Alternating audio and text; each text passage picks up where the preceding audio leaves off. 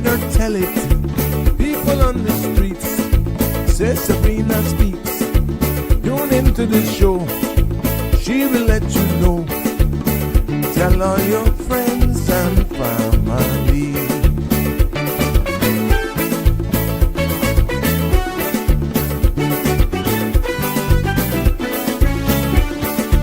Real talk is no joke.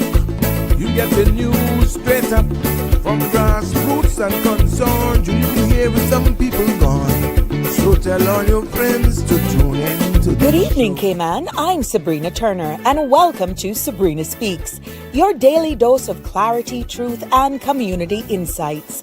Every weekday from 5 to 6:30 p.m., we're tackling the issues that affect you, from national headlines to grassroots concerns. Whether you're in traffic or winding down your day, this is your chance to hear it straight and speak your truth. So buckle up, Cayman. We're not holding back. This is the show. We gotta let you know. Now we got to go.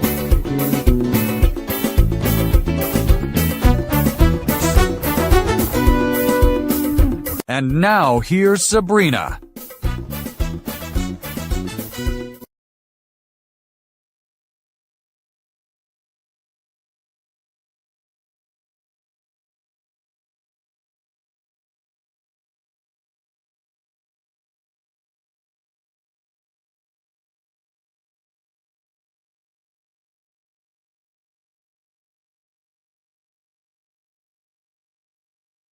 Good afternoon, Cayman Islands, and good morning to our global family. Yes, welcome to Sabrina Speaks. Yes, it is a pleasure to be back here with you on this Wednesday afternoon. We know it's morning in another country, definitely over there in Australia. It's a different day. And to our family over there in the UK, we know it's getting late in the night and we know that you stay up. We thank you for your support. It's good to have you with us every day, literally. Yes, today is hump day. Yes, and I'm so happy it's Wednesday, but no short of information. Oh my God, we're not short of content as content creators here in this space with what's happening regionally and around the world, and even right here at home. You got to keep it real. You got to not only be conscious of what's happening regionally, internationally, but you keep your finger on the pulse with what's really right on your doorstep. But yes, it's good to be back with you here this afternoon for another thought-provoking, engaging conversation. I know yesterday got a little emotive. I saw the comments, but you know what? You're entitled to your opinions. They're welcome here. And you're all welcome here as long as it remains respectful. I will definitely not want to take anything personal in respects of your opinion. And the way in which I structure this show is based on research that I find, not taking one side or the other. It is objective, and I'm not clouded by political alliances or anything like that. This is all for information. But it's good to have all of you joining us for this episode of Sabrina Speaks, where we're voices of the islands, conversations for the world, and the podcast where voices rise, stories unfold, and inspiration definitely takes center stage. I hope that you've been having a wonderful afternoon thus far, and to all of our persons out there on the front line and our uniform service officers, thank you for your service. For all of you who are out there in the healthcare industry, again, as well, thank you for all that you do. The content you're about to hear, including any discussions or opinions from myself, guests, and or participants, is intended solely for general informational and entertainment purposes. It's not a substitute for professional legal, medical, or financial advice. I encourage you to consult with a qualified professional for your specific concerns. Bridge Media Limited and all its affiliates disclaims all liability for any decisions or actions taken in reliance on the information presented. 345-936-8255 is the number to call to be a part of the discussion if you so desire to join us here live. That number, I'm also able to accommodate and receive WhatsApp messages. And of course, I will protect you if you want to share those messages anonymously. So that's 345-936-8255. Now, we know, as I said here, just starting off, that across the world, we are, oh my gosh, we are literally by the second witnessing even not only leadership changes as we're seeing and setting into new administration, but also what appearing now, and based on the tone of conversation, threats of intervention, and definitely the rising geopolitics tensions. We've been hearing certain terms being used, and I'm hoping each episode that there has been some takeaways for each of you who are joining us here Monday through Friday from 5 p.m. local time until 7 p.m. But for small island states like ours, the Cayman Islands, you know, these events, what I'm seeing are not distant. And what we're seeing, they ripple across even our shores, directly or indirectly. And as we are the Cayman Islands, though we are a British overseas territory, we cannot pretend to be insulated. I have said this repeatedly over and over and over again. Our very own proximity, our tourism sector, our financial industry, and even our food security are really tied directly, say what you like, the United States. It's also tied to Canada and our Caribbean neighbors. And any fallout of whatsoever with, let's say, the UK, hypothetically, does not stay in London. It lands right here in Georgetown, West Bay, and in Bodden Town. As I said, hypothetically. So I encourage you to stay tuned with me for more. And don't forget to follow Sabrina Turner, community activist, on Facebook. And also, you can find me on YouTube, The Sabrina Speaks Show, and all CMRTV.com platforms so that you never miss an episode. But it is, as I said, great to be back with you this evening for this episode of Sabrina Speaks. And oh my, I did not save this. Here we go. Did I? No, I did not. I want to make sure that I got you locked and loaded when it comes to exactly our temperatures here, because I got a message the other day. I didn't hear you with the weather. And I was like, oh, really? Oh, here we got it. I just didn't post it. But yeah, thank you, compliments of the Cayman Islands National Weather Service. Here is the weather forecast for the Cayman Islands for this evening into tomorrow. Now, the synopsis called for moderate winds and seas are expected as a ridge of high pressure dominates the weather pattern across the northern Caribbean. And a surface trough continues to linger to the south of the islands, bringing some cloudiness over the Cayman area. Now, satellite images show scattered clouds to the south of the area. The forecast for tonight calls for partly cloudy skies with a 20% chance of showers. Temperatures will fall to the mid-70s. Winds will be east to northeast 10 to 15 knots, and seas will be moderate with wave heights of 3 to 5 feet. Now, tomorrow's forecast calls for mostly fair with a 20% chance of showers. Temperatures will rise to the mid-80s with a heat index of 90. Winds will be east to northeast 10 to 15 knots, and seas will be moderate with wave heights of 3 to 5 feet.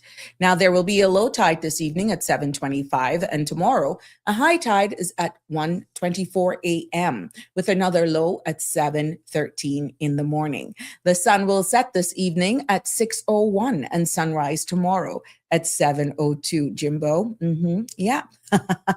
Now, the outlook for the weather here in the Cayman Islands is for an increase in winds and seas expected as a secondary high pressure system builds over the Western Atlantic Ocean, bringing moderate to rough seas from Friday and a small craft advisory will likely be issued. We want to thank the staff and all of the guys over there at the Cayman Islands National Weather Service for keeping us up to date. And I must say, their forecasting has been on the money.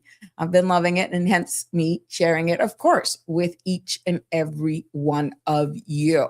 Now it's that time. I got to say birthday shout outs to one of my closest human beings. Yes, a very good friend, a gem. And I got to say happy birthday and thank you all for all of you sharing the love for our friend, my friend, Des Ebanks, who's celebrating her birthday today. There's an inside joke that she's like the other wife here in the family. And we worked closely together. She is a beast when it comes to being involved in the Red Bay Prospect community for years. She's been an advocate for traffic. And she's just a sweet soul. She's just nice. She's just one of those human beings that you just love to have around you, always positive. But do not judge her stature. She packs a heck of a punch, but she has a heart of gold. And Des, I want to wish you a very happy birthday. I hope that you had a wonderful day and that it'll continue. And I wish you all the best for this year and wishing you many, many more birthdays to come. It has been a pleasure to have you in my life, to have been able to work with you on a civic level. And even to today, you are still a real big community activist and a citizen of the Cayman Islands who really loves your country and definitely play a part in being the solution as a regular member of civil society. So God bless you, continue to bless you and keep you always. And happy birthday from all of us here on the Sabrina Speaks family for sure. Look at you, girl. You're looking fine. You're looking fine.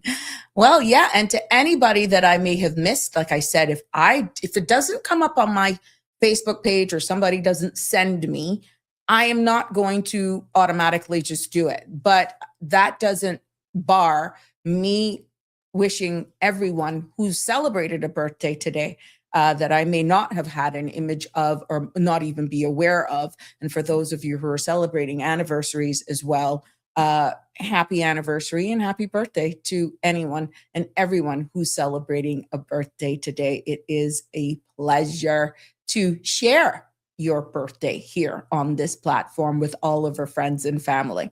Hey, Marshall, how you doing? Good evening to you. And whoever this Tulu, hi, welcome. It's good to have you here. And rapper Staunch, what's up? Cost of living. I'm just happy to be alive. Damian Henry, how are you? Good evening. Always good to have you here and good to see the regulars. Connie Bonnie, how are you, my love? Yes, Jim and the Massive. Jimbo, you get exclusive messy. I noticed she's been adding it on, Jimbo. Oh, yeah, Jim, she's been adding your name. Make sure she's going to just sneak right back into your life after she kicked you out. But there, that's what it's all about. The love, the love, the love, the love. Hey, to you as well. It's good to have you all in the house. Now, we know we end at 7 because there are other content creators that are coming on. And as we build the CMR TV.com space, we try to get straight into it. But I do not want you to think that you're rushed. Your opinion matters, your comments, your feedback. Hi, look at my girl Iva's in the house. Oh, yeah. Girl, I cut with some Milo. I even had a new little Yvette. I thought this was Iva Hart. Sorry. Hi, Yvette. How are you? But Iva, I got a joke to share with you if you log on a little bit later with me and the Milo thing. Yeah. Connie, you got a right to laugh. Oh my gosh. You know what you're doing. You're just making sure you keep relevant. Jimbo knows what he got. But yeah, 936-8255 is the number to call. Your participation, your comments is vital. It's key. And your feedback definitely keeps the space going.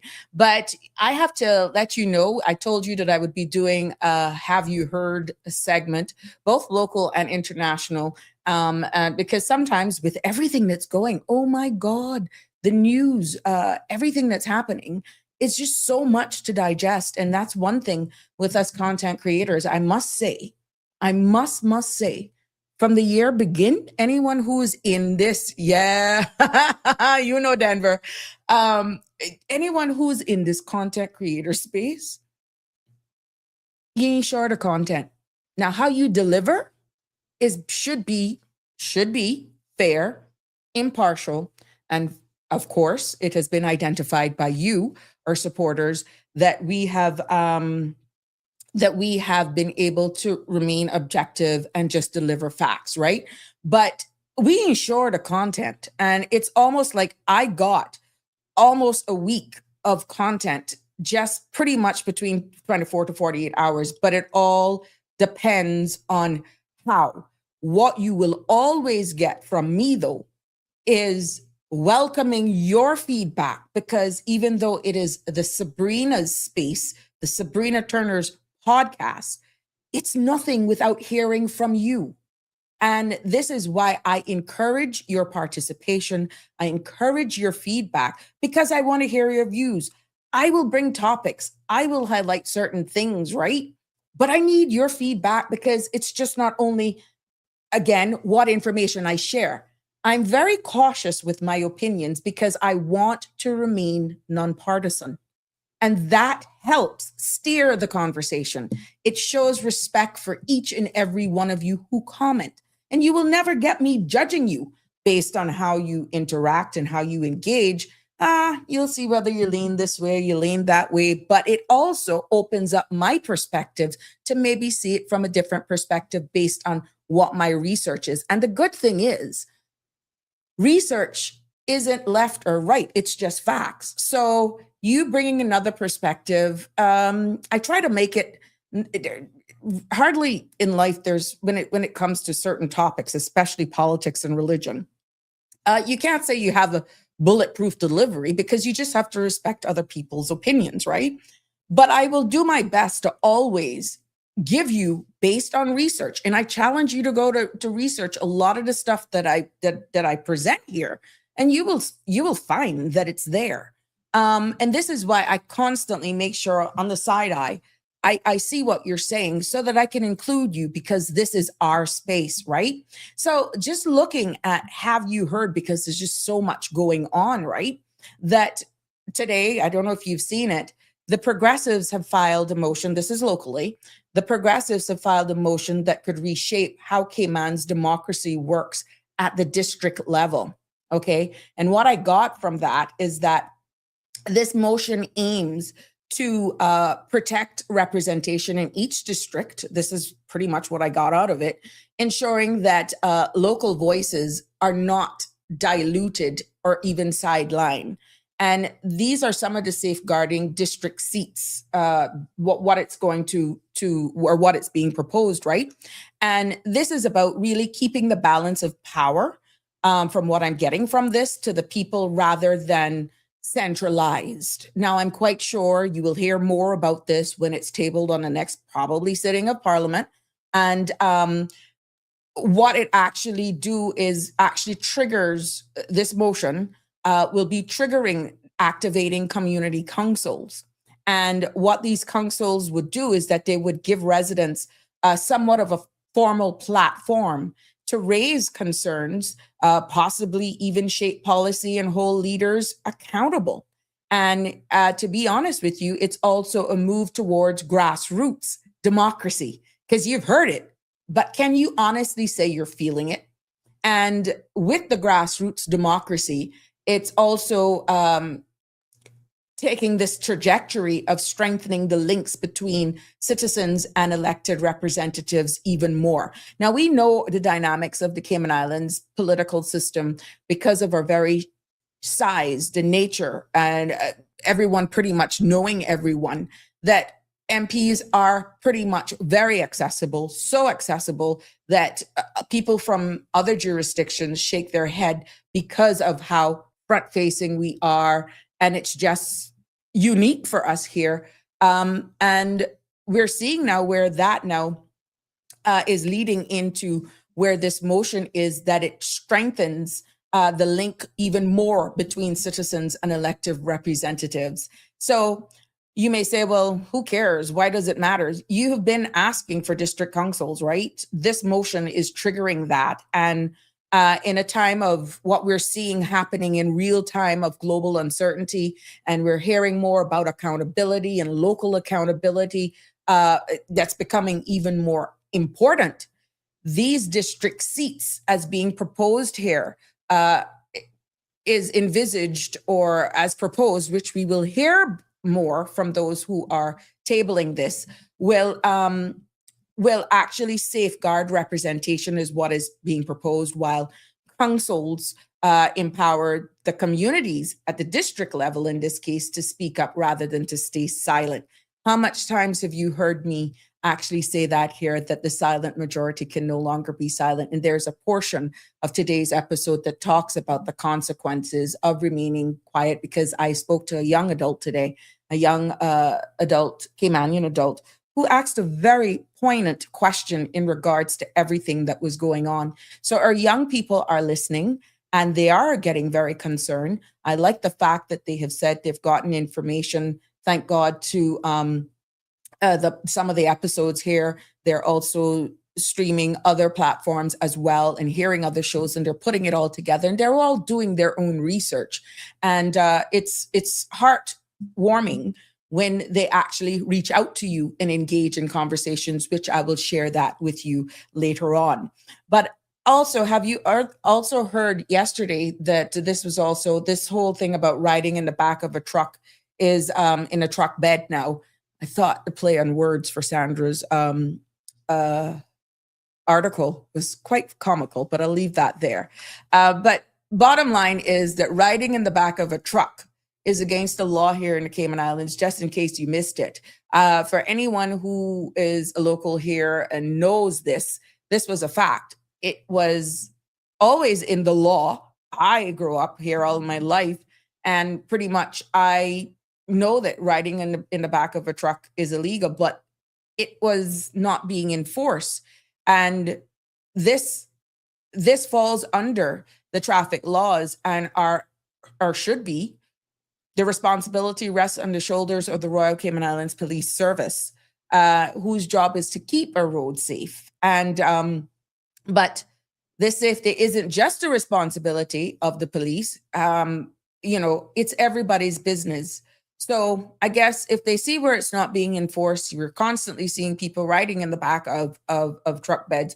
Everybody's saying, well, okay, obviously we're not hearing anything on it, but we're hoping PRs like this, educating one another on this, that we will see it, making sure that the police knows that they are in breach of the law should people be seen riding in the back of trucks, and they're not held responsible for breaking the law. So at the end of the day, when we follow the law, we protect ourselves, our family, and definitely our community. And I will always be an advocate for obeying the rules of the road and obeying the laws, period. And when you're saying even obeying the laws, it's not a punishment, even though it's maybe cool. I know when you go looking for crabs and that sort of stuff, oh my God, yeah, that's fun. It is pretty cool to ride in the back of a truck, I must say. I've done it as a child earlier, not since it's become illegal to do it. But it's all about prevention. That's the big takeaway. And we need to put value, because every life really matters and every voice counts in upholding that law. So I just thought it was important for me to also highlight that. But interesting play on words there on the CMR platform, definitely. Thank you so much, Denver, for acknowledging that. Yeah, like that, Milo, just like her. Shaka Zulu, how are ya? Good to see you here. Always good to have you in the house. Denver, perhaps the politicians are hearing Denny's cry for the people to stand up and let their voices heard. Maybe I'm hoping that they are. I know one thing for sure, Mr. Douglas. They listen. Every one of them listen. They either have somebody else listening for them, but eventually they do get feedback from all of the platforms. That's why they have comms. That's why they have PAs or persons watching out over them. And if there's a topic that comes up to a specific ministry, it will be smart, because this is where they actually can get and hear the voice of the people. And it's worse if they're not having quarterly meetings in their constituencies, or however, in whatever format they want to do it in. How are they going to know the pulse of the people? And this is what happens, unfortunately, when people says, well, oh, it's during the campaign season, I was hearing from you, there were all these meetings, yada, yada. Campaigning is totally different than after an election, okay? It's engaging and keeping your constituents informed of key things. And there are numerous of crafty ways you can do that by remaining connected with your constituents. And one of those places is, listening and coming on platforms such as this, and other platforms. And of course, engaging with those who have elected you. Now, there's also international. Now, let's look at the international scene of things. Of have you heard Australia's 2026? Yes, I'm going there. Australia's 2026 reset of its work permit system. So it looks like everybody, my love, is doing immigration reform. But even Australia 2026 has restructured or reset its work permit system. And it's all about raising the bar there in Australia. And when you look at the old rules versus what now they have in effect, they allow multiple overlapping visas. Lower salary thresholds are being addressed under the old rules, and uneven state targeting as well.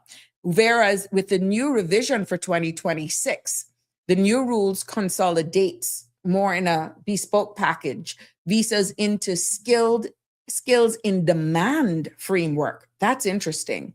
And it also shows raises in salary floors, like minimum wage, which we saw here.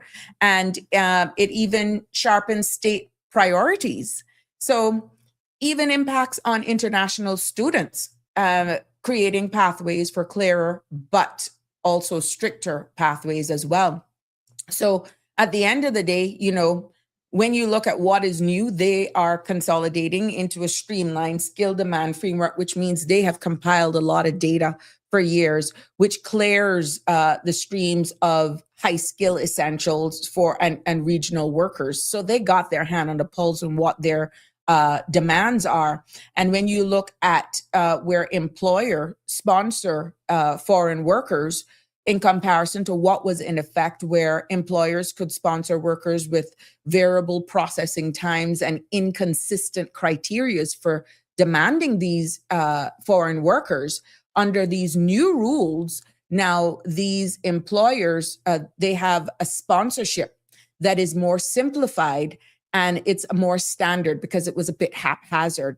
But in these new rules, it comes with stricter alignment with national skills list and salary threshold. So even them, my dear, have been having issues of course. Now, at the end of the day, a part of what they're trying to do for permanent migration cap as well is that under the old system in Australia, that was adjusted year to year, often politically influenced. So what they have done with putting this permanent migration cap on it is that the cap now will remain under the new law steady, but quality is prioritized over quantity. So who they're allowing into their country is quality and not necessarily quantity. That will lead to fewer visa issuance, or what we call over here work permits, but definitely higher standards in who they allow to work in their jurisdiction. So at the end of the day, when you look at Australia's 2026 shift, it is structured as quality reset and not any and everyone. Higher salary thresholds that, of course, you will attract that higher quality. They got to be paid. And then what is being proposed in this new thing is streamlined skill sets and sharper state targeting. Now, when you compare that to us here in our Cayman reform is when you compare the two, it may sound similar, but guess what? Ours is governance and protection reset. The Cayman Islands reform of what is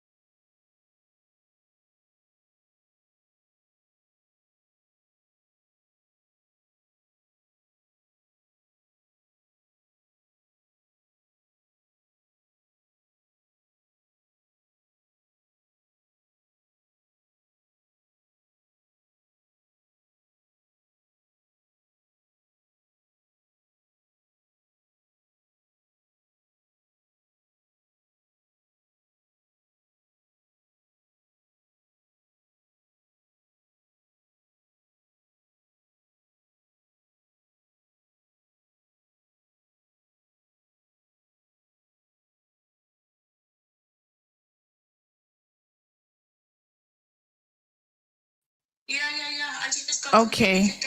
Oh my gosh. All right, no worries. I'll hold it down so you can get back in. All right, cool. Hello, good folks. It's me. Hi. I'm so sorry. Sabrina got kicked out somehow and she's working on it. Little technical issue here. You get double dose of Sandy. Oh my goodness. Hold on 1 second. I'm going to while I'm doing that, I'm actually going to just quickly. I am going to quickly play something so I can close my door because my door is open. Of course, Zeus is in the studio, so it probably hardly matters. But give me 1 second here. All right, honey chow.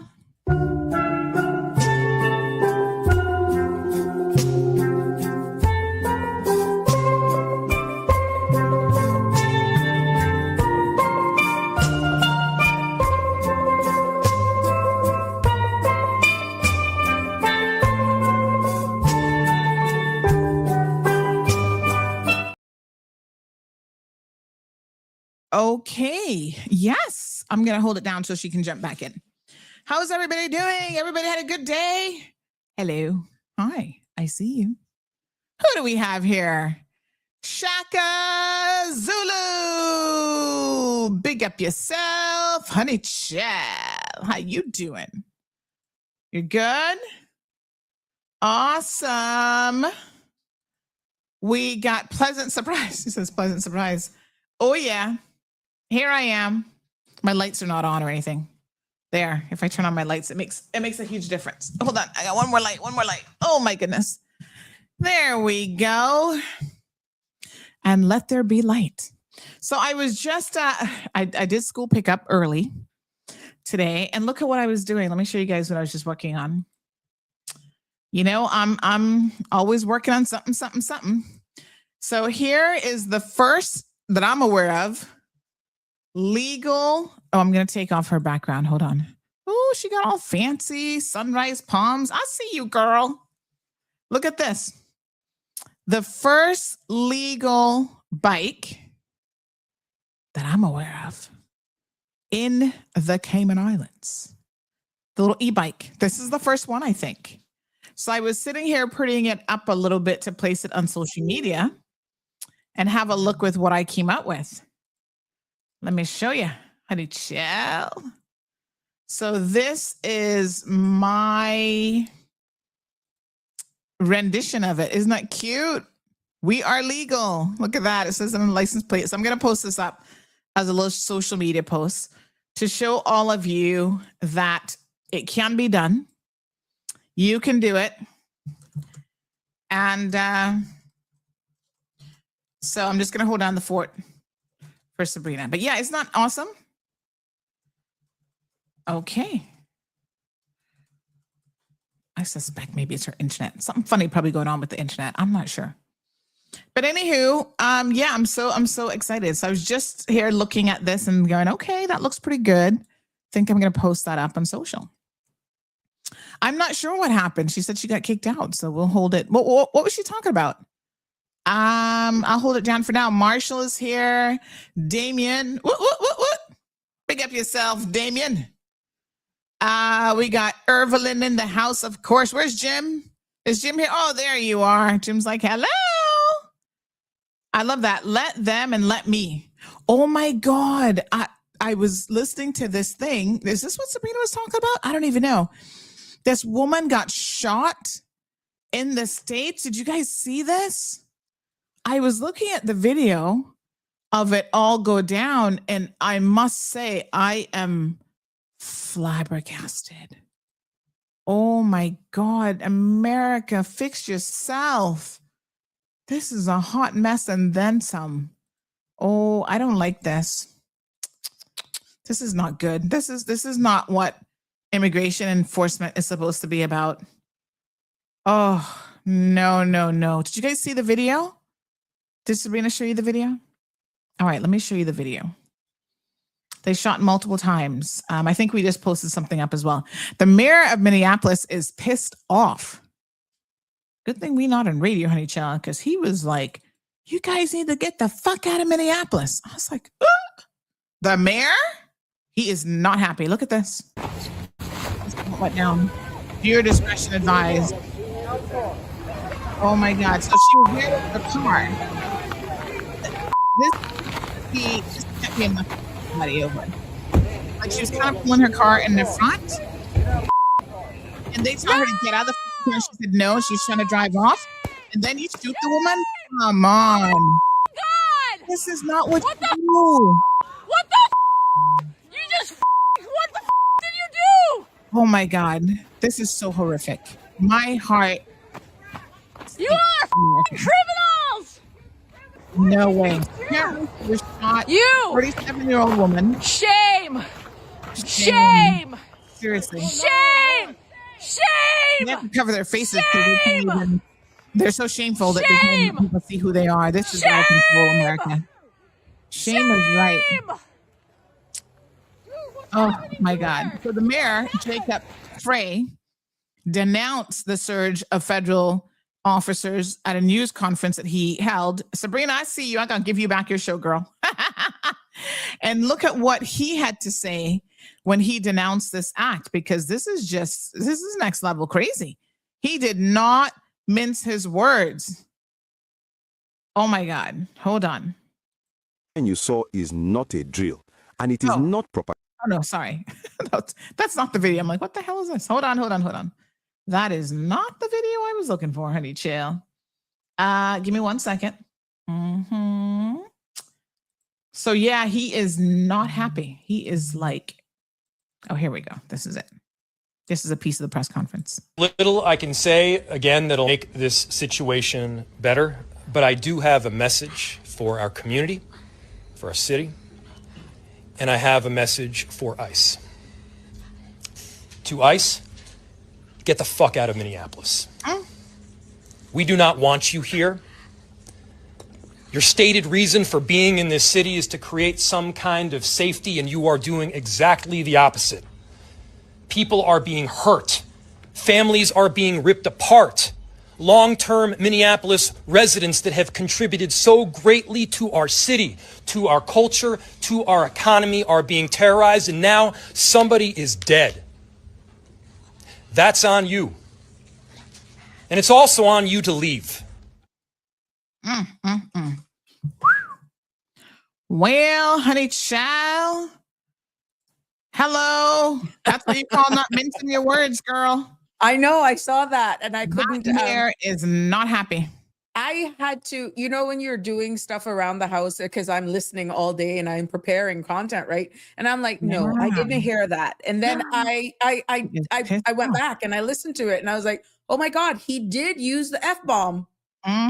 But the comments under that though is, wow, they're not looking at what he has said and based on the act. It is, they now have come after him and his state. Really? No way. Yeah, you got to go to the comments. Like, oh my God. Yeah. And I saw where on the news it popped up that the president is now saying that she ran over an ICE agent, which the video says otherwise. So, absolutely not. Yeah, and again, the narrative so much now it's getting ridiculous. Correct. But I don't know what happened there, Sandra. Thank you for filling in. That's the power of this platform. Everything just went blank. Like that's what I get for talking about Australia. I was wondering if your internet had tripped out or something.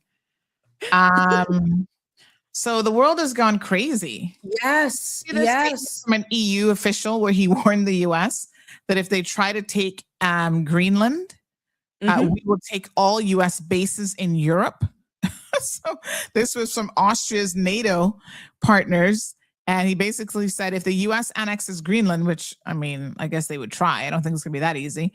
That they would actually retaliate by taking all of the U.S. bases in Europe. Now, I don't know how many U.S. bases there are in Europe, but this is, what's his name? Austria's NATO Enlargement Committee Chairman, Fellinger.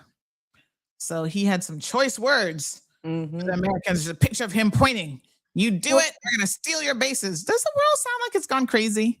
Well, I think know if for over in us, 2026 will be better. the world, we used to hear that, Oh but my it was God. more on the other part of the world. Now we're feeling it. It's like the Western Hemisphere and the geopolitical climate is just suddenly changed. And that was a part of some of the discussion that I was going into, because I heard our great friend Denny there was asking, who would you like to be under if it was a powerhead? Would it be China or the US? And I actually have the difference. I did some research on that. What if, but, and then it went on to a lot of my research as well, that the Monroe, where that was derived, the Monroe ruling, and going back into time with all of that, and how you compare it with today and really what's happening. So you may say, well, is the United States being posturing themselves as saying, look, I'm the sheriff in this town, and going back in history from the 1800s, you're not going to step in my neck of the woods. But it's a different time now, because we've had other regional jurisdictions that have actually done business and partnered with other countries that is not necessarily friends of the United States now. And it's becoming a problem for small island development jurisdictions, which puts all of us at risk. And Sandra, in previous episodes of Sabrina Speak, I said the very nature of where the Cayman Islands is geographically located, proximity matters. And even though we're a British overseas jurisdiction, what is happening in the Americas as the Cayman Islands is under that catchment phrase, we could be impacted. Tourism, financial industry, shipping lanes, and all this sort of stuff. So yeah, we're protected by the UK. We're friends of the US, yada, yada, yada. But what hypothetically if he turns against the UK? Proximity matters. This was a thing that I was saying this morning, right? Even about Greenland, the guest I had on this morning said, well, he's not going to do that. And I said, how do you know that? Exactly. I mean, if the man says something, you guys are telling us, you can't say, well, when it comes to Venezuela, he said it and he meant it. But then when it comes to Greenland, he's saying it, but he doesn't mean it. That's not logical. Yeah. But so what I don't understand that. The Monroe Doctrine was what I was referring to. But what I don't understand, right, is that we are having these emotive responses instead of just being able to ventilate, to have open conversation without people thinking you're pro this one or anti that one. Let's just have the conversations. And that is what I feel is fueling the anger, the rage, because everything has to be linked politically and not, objectively, first calling something out that's wrong if it's wrong. And I feel that's where we're losing hold on in even holding our political leaders accountable, because it ain't far if you see certain things creeping in when with the behaviors of our elected officials. And this is not just locally, but if it's becoming a norm, Sandra, then what is democracy? It's just a word. Yeah. So I see Denver here says that our government should be having talks with the US. Why? Our government has no power when it comes to international affairs. So why would we be talking to the US, Denver? Talking to them to do what exactly? And our position is what the UK says their position is. Exactly. We're not a sovereign nation. Yeah. And even if we were a sovereign nation, what would we be talking to them about? Do we have a peace prize we're going to share with them? We have a cookie, a piece of patty that we can cut our patty in half and give them half, and we'll take the other half. I don't know. Oh my God. Oh no, honey. But this is what I don't want, to be honest, Sandra, with you, is for us to continue to live as our culture has actually highlighted, where we have capitulated. We have become so insular. We have refused to speak, even if there's concerns. And then really, I feel what our friends and colleagues, former colleagues, should be doing right now is updating and brushing up themselves on human rights legislation. Because even though we are a British overseas territorial jurisdiction and where national security is concerned, you are the defenders of the people. You are the voice of the people. And it's in your best interest to have your hand on the pulse with what's happening, so that when discussions and presentations are being made, that you can ask the poignant questions that is of substance because you have informed yourself not only historically, but how it plays into the what ifs understanding. The pillars that we rest on for our income is tourism, financial industry, Sandra. And again, it goes back to proximity. Yeah, it's crazy. Ay. It is So just the wild, wild west out there right now. it is. And, it's there. We are seeing, say what you want, an erosion of rights. We're seeing culture fear. We're also seeing, in many cases, call it what you want, the possibility of unstable leadership or even leadership that just sways with the wind because we just want to behave ourselves. We don't want to get on the wrong side. But is that really what we should be doing at this time, or we stand for something? Really? We are in a critical time right now. We're at the crossroads. And I feel that we can no longer, as citizens, even though you say, well, what's the sense of speaking? We're only going to be blackballed. The UK, whatever they say we're going to have to do, but not based on the level of dialogue and conversations that have been exchanged on your platform, on this platform, and in the wider Cayman Islands. We are waking up, but I still feel and sense that there's leave it to the government.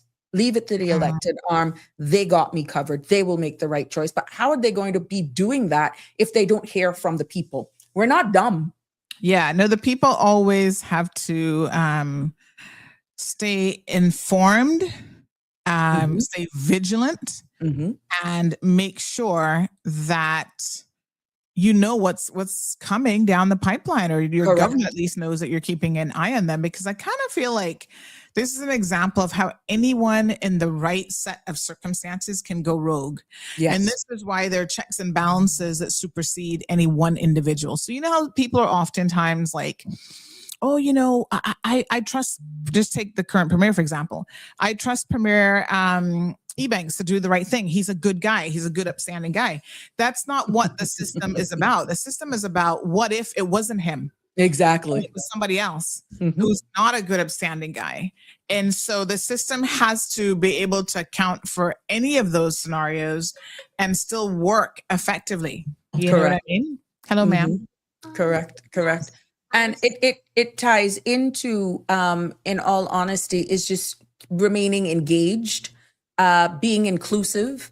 And this is why, at the end of the day, with the motion that the progressives just filed today in bringing back that district level representation, it's really positioning this country in modernizing how we actually interact with officials from a district level. Now, it'll be good to see the other side of that. What are the risks in that? And how that could play out again, like what you rightfully say, what if it's somebody else? Yep. So there are pros and cons into everything. Yeah. And that's why you've got to have those checks and balances in place. And the system has to be tightly, constitutional rights have to be tightly entrenched in a so-called democracy. Correct. And, governments have to be held accountable. They have to be checked. All of these things matter. All of these things are important, so that regardless of who is in power, it doesn't really matter, because you're not reliant on the person in power doing the right thing. The system will check them if they don't. But do you think getting your emotions in check, even as common members of society, and this goes to even the elected arm, and just looking at it for what it is and what's happening around the world with the political and geopolitical climate right now that we're in, there's no time for emotions. You need cool heads at the table. You need people who are not insular, but also be frank and look at the risks before they even present themselves, understanding our delicacy here, how volatile we are. Should there be a shift in, let's say, currency, let's say tourism, let's say even access to shipping lanes so that we can get our food. These are real life scenarios that it doesn't matter what flag we're flying, could impact the well-being and safety of this jurisdiction. And I feel that this emotion of labeling it, oh, I prefer Andre, I prefer this group, I prefer that group. No, The campaign season is over. Let's look at what is before us right now, because it's going to impact everyone, good, bad, ugly. And we need to really be honest. How much power or how much say do we really have as a British overseas territory jurisdiction? Mm-hmm. Well, I think in situations like this, we have to admit that we don't have very much at all. And I know that, the governor issued a statement over the weekend. Yeah. But even prior to that, we had MP Brian the week before, when things kind of started to escalate with Venezuela, request an actual position from the government. So he did send them an email. Mm-hmm. And basically they were like, oh, we'll wait on the FCO to get back to us. So it's not like the governor is in a position to do much. She's just relaying whatever message the FCO has. And so that didn't really give me a whole lot of faith, to be honest. But I was just like, okay. There was a lot said, but a lot not said, because there's a lot that she can't say, because at the end of the day. Yeah. So this was back in pre-Christmas that request was made. And basically it was kind of like, yeah. But what are you going to do? Exactly. And I see where Damien Charles has said, don't be scared of fear mongering or gaslighting. No, we're not. We're just wanting people to speak up, Damien Charles. And to be honest with you, I think the more we educate on ourselves as a British overseas territory, that we understand, stay in your lane. This is where we can go. This is how high the ceiling is outside of being speaking like we're independent. We need to just come with the realities of that. And don't talk about the word independence, because are we prepared for that? That'll be another very interesting discussion with what's happening geopolitically right now. Nobody's suggesting that at all, because you see what I'm saying? So if we had to get our own military, Lord help us.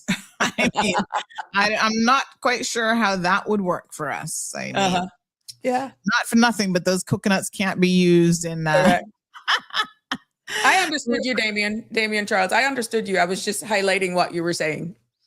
Yeah. So it's very interesting. It's very interesting, the turn of events that is happening.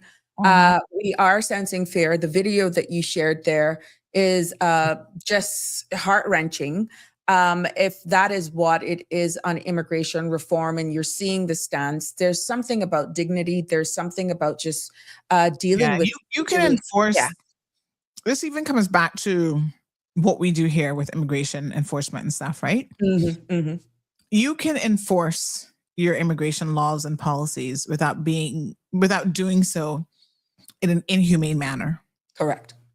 And I think what we see going on with ICE, we have several people now die in ICE detention centers, who, like one guy, he was a business owner and he'd been in the US for 30 something years, contributing to the economy and everything like that.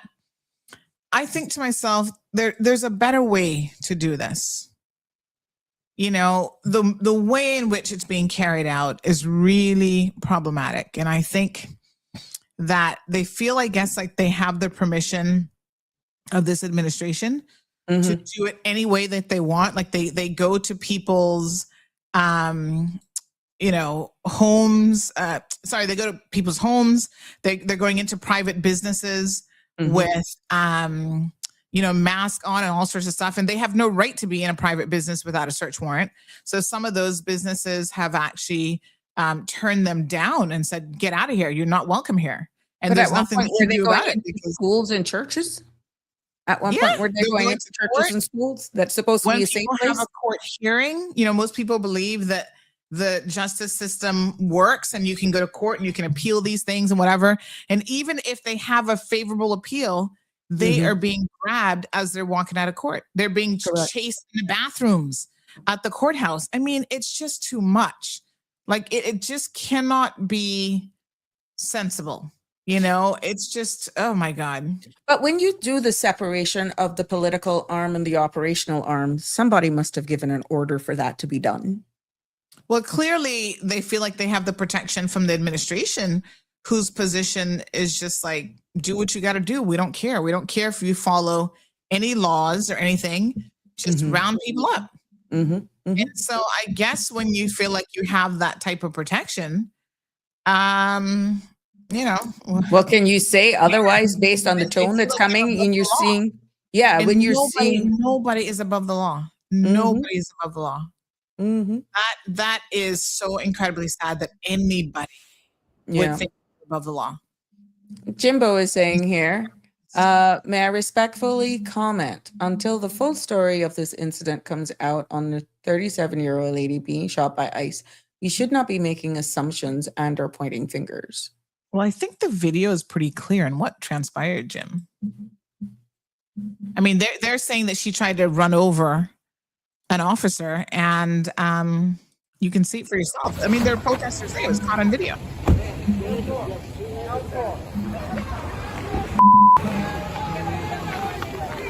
don't just shoot an unarmed woman through a windshield.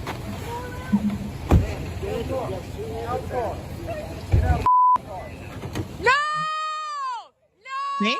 He takes out his gun. Bam, bam, bam. Shot her in the head. God! Come again. What the He literally shot her multiple times and one bullet straight through her head. Well, what fuller story do you need when you have this kind of video evidence of exactly? You are criminal! Let's back it up. They were telling her to get out of the car. She pulled out in front of them, trying to do a partial block, and they were telling her to get out of the car, and she wouldn't get out of her car. So somebody's blocking a road, and that's okay to shoot him in the head? Come on. They could have done any other thing, like they're shot at a tire. They aimed straight for this woman. And as you can see, they're fully blocking the road because one car just went by her, one SUV just passed her. And she didn't move anything that happened. No! No! Shame! Shame! Oh my God!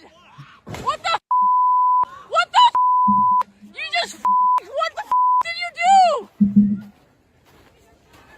I don't know what more of the story you need, Jim, but I guess we'll wait. You are criminals! You know, they're already making it up. They're saying that she's trying to You! run over, or she ran Shame! over. Shame! Where do you see that she was running an officer over? At this point in time, she wasn't even moving. She stopped. Another car went by. Obviously, she didn't hit that car. This one could have passed by. She wasn't going to hit anybody. As you can see, she let the car in front of her go. Now they're trying to extract her from her car, and that's when she's backing up and trying to drive off. She was trying to drive off and leave them when they shot her. God! What the What the And then, of course, she You ran just into the cars What because the at that did point, you do? she'd been shot in the head. It's hard to watch. You are criminals! You know, it's really hard. You! Ran into the... Shame! And they don't even look like they're offering Shame! her any assistance. They're just walking away. Shame! Shame! They just walk away Shame! like they don't even care. Shame! They're not even Shame! rendering this woman any assistance. Shame! He's going back to his car to take off and leave. See? And go get somebody else. He doesn't even care. This is so absolutely inhumane. I cannot believe it. It's horrible. This has gotten millions of plays around the world because I've heard it over and over all day being played on TV. And at the end of the day, what could happen with that if it's used as evidence? Because now, of course, the world is making a judgment, as Jim is trying to say, let's get the facts. I don't know, just that portion of that clipping. And as Keith said, he did not have to shoot her. That was murder. You know, I guess we just have to wait and see. But with everyone now, Sandra, to be honest, even questioning what news outlet, whether or not you can go by, let's say, one media house versus another media house because they switch the narrative to fit their political alliance. Is media really what it used to be, unobjective and just the facts and just putting your personal opinions aside anymore? Are you feeling that's why people are questioning everything so much? Well, I mean, I think at the end of the day, it depends on what kind of media you're talking about, you know. And there are media houses who make it very, very clear What that who they're aligned to. yeah, that they have a position, you know. And I guess if you know what the position is, you know what the position is. Guess who's calling? Our friend. Who's that? Good evening, sir. You're live on Sabrina Speaks. What's on your mind? So is it a 2-for-1 today? Let me tell you, you got a bundle today. You got a bundle today. Well, you're on a pretty somber note at the moment. Yeah. I watched the video, and you know, I have two things I want to say about this. I think what he did was wrong. I don't think you'd kill someone for that reason. But to the individuals who are thinking about opposing ICE officers, here's my advice to you. You know their mindset. Do not put yourself in that situation. It's better that you try to resolve it by getting together, taking the matter to court, or whatever, to say, look, hey, you guys are a bit too trigger happy. Do something. But going out and just like trying to take on officers, I personally wouldn't do that. Not at all. Well, let me ask you a question then, Benny. Right? But I think what they've done is wrong. Yeah, let me ask you a question about not opposing them. So, for example, I'm not saying not to oppose them. I'm saying don't go out in the middle of the street and challenge them in person. Take it on legally through some legal process. But don't go and take the officer on. Let me ask you that question then, right? You know how I mentioned earlier that they're actually going into businesses, restaurants and stuff, and trying to do that sort of thing in a restaurant which is owned by someone. And a lot of those restaurant owners have said, you got to get out of here. We don't want you doing this in here. You have no legal authority to do so. You don't have a warrant. You can't do it. Are you saying that even in that situation, those business owners shouldn't stand up and say leave to the ICE agents? Or are you just saying like something like this, where they're on a public street, not to protest? Well, like how far I'm trying to understand what the perimeters of what you've just said, like how far do I like that question. Every entity, whether it's a business or whether it's an individual, is subject to the law. And if I'm understanding what they're saying correctly, it would go something like this. It's a crime to enter a country illegally. And so it's not a matter of whether they have a right to arrest someone, take them into custody, process them, and ship them out of the country. There's no question that the person broke a law. No, but that's not necessarily true, because they're arresting American citizens even. So there's an assumption that who they're arresting it because they may have broken a law. They've actually arrested people who legally could be in the US. So that's an assumption that you've made, that they're acting lawfully, and they're not.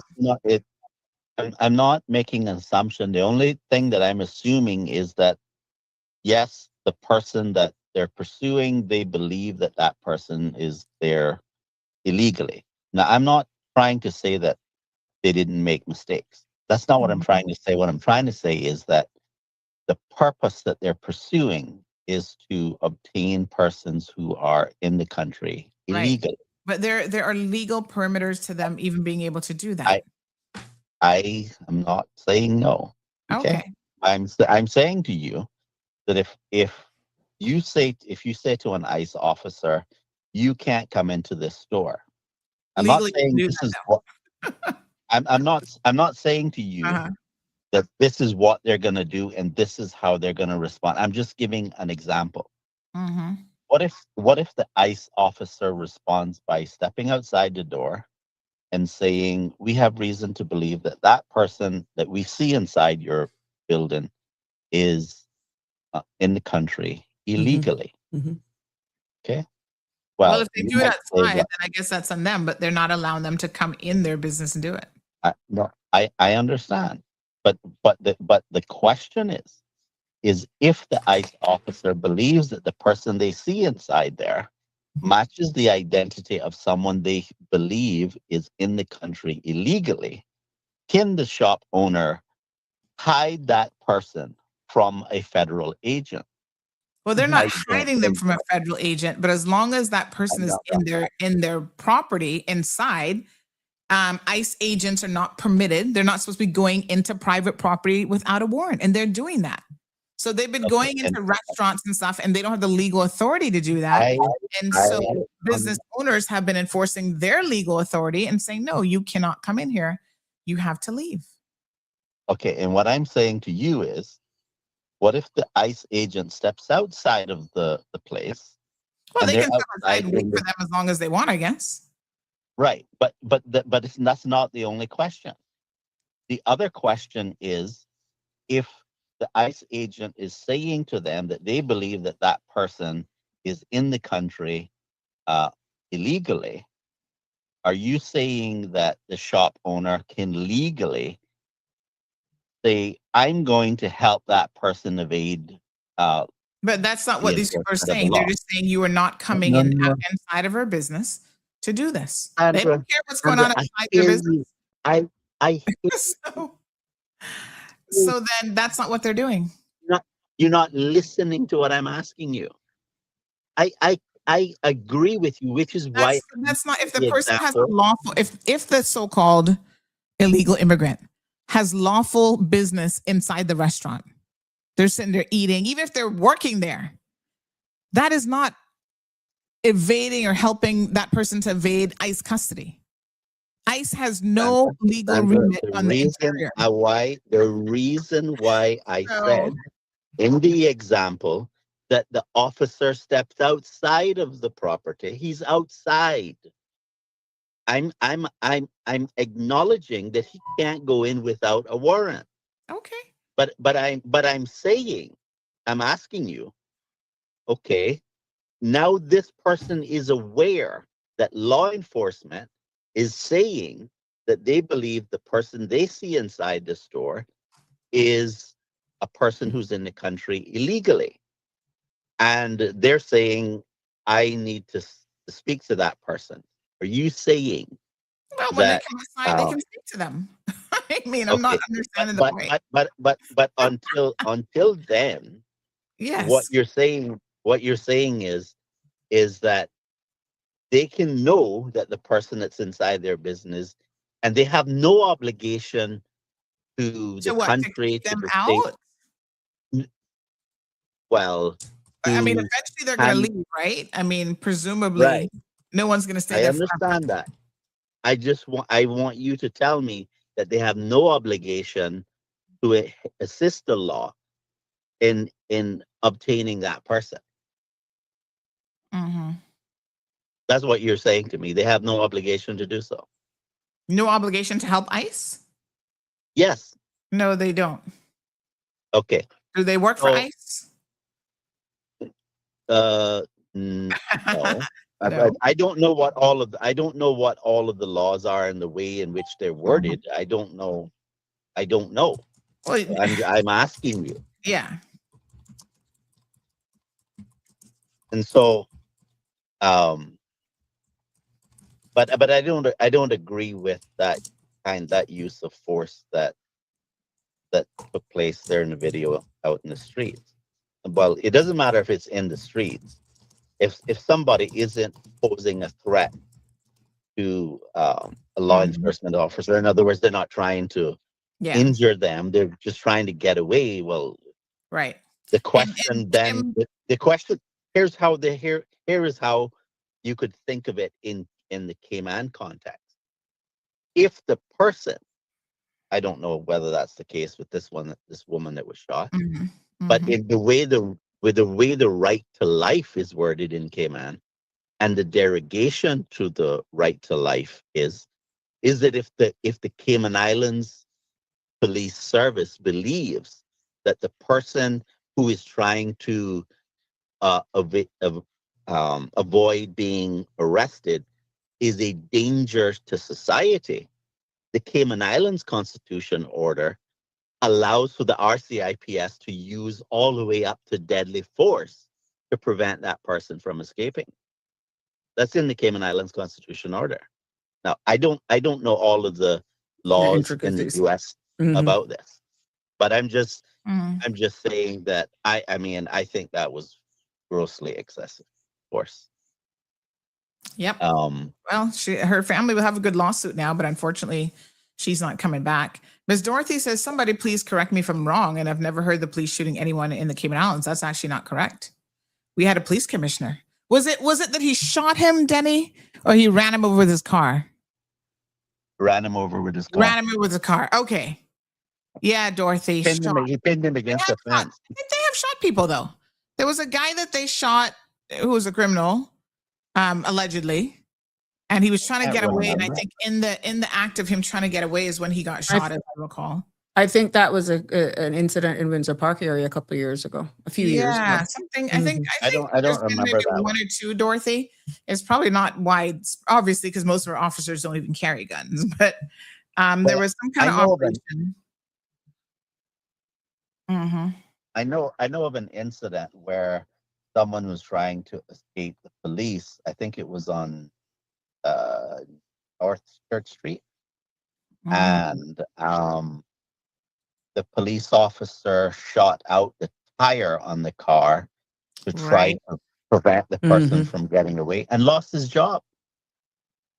And they shot the tire. He shot the tire. And Kim says, why couldn't he have just shot at the tire? That's what I said earlier, Kim.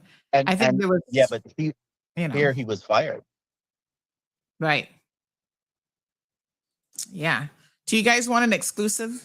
Before I go, I'm going to let Sabrina take over because I'm on mommy duty now, so I got to give somebody work and other stuff to do. But I thought you'd enjoy this little exclusive video. Remember Mikey, the Caymanian that was in ICE custody? Here's an update.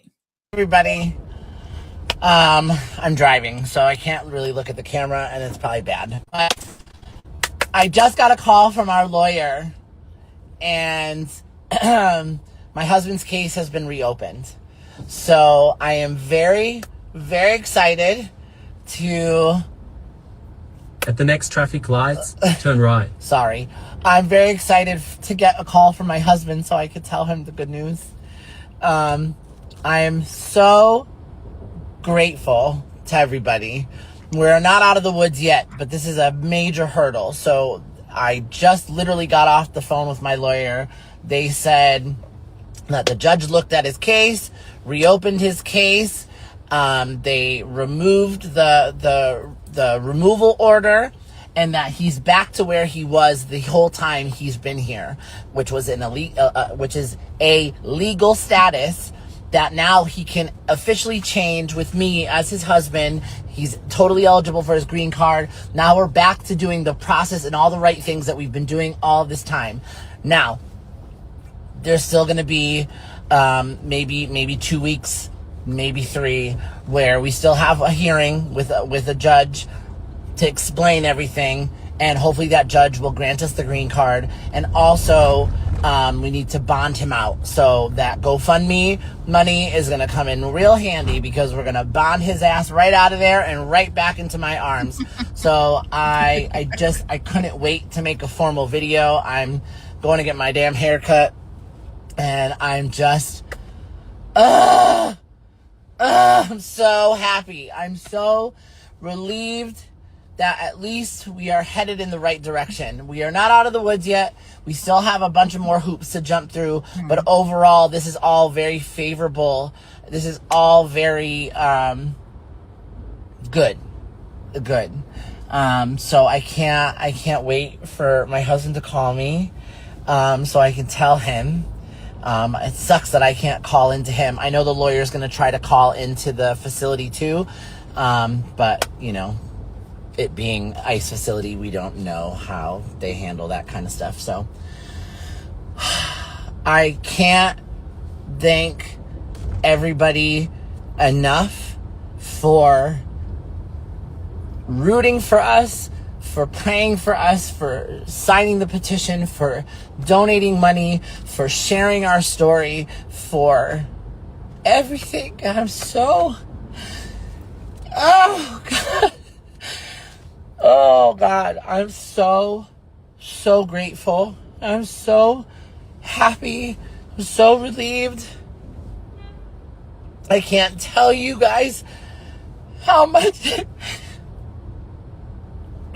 it really means. Like, there have been so many of you that have sent me personal messages, that have reached out, that have given so much to me when I had no more to give. And this is just the most, we were saying today is day 44 that he is in the facility. And I was on the phone with my pastor, Reverend Amanda, this morning. So that gives you an idea. Obviously, people are relieved. This is but one story. This is someone that we know. So I don't know. It's just, I feel like, someone who lived in the US for 15 years, you know what the laws are. In my case, I went there as a child, and I know that my aunt got legal advice and she did things the right way. I can't imagine living in an environment where you have done things the right way and you still feel like you could be arrested and detained at any minute. Like, you've got your papers, you've got your documentation, and you can still be arrested and detained at any minute. And it's got to be like, I can tell you now, if I were still there in this situation, like surrounded by all of this, and I was a green card holder, for example, or even, because they are picking up American citizens as well, because, oh, you weren't born here. I'm pretty sure I would leave that country, because, I actually have an option of coming to another country. So many people come here. This is a beautiful place. And I can never condone this type of behavior, the way in which, you almost feel like I don't know what life was like with during World War II, when the Germans would go around picking people up. Yes, obviously they were taking them to gas chambers, and I'm not comparing that part of it, but the type of fear that people are living in, the type of even relief that this guy is getting after, Mikey has been in detention for over 45 days. It's just, I couldn't imagine living with that constant type of stress in your life.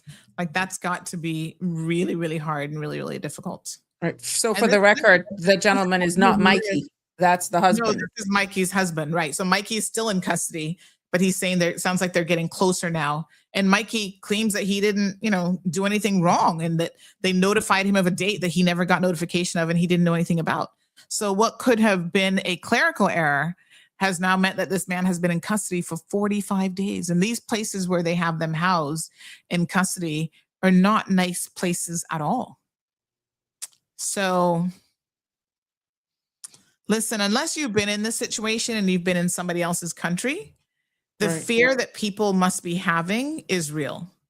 I mean, I had a little bit of it as an adult, like, oh my God, I got to make sure I'm doing things right. I got to be compliant. And, if I'm no longer a student, when I finish university, like, how long do I have to leave? And this was way back in the 90s. There's nothing like what's going on now happening.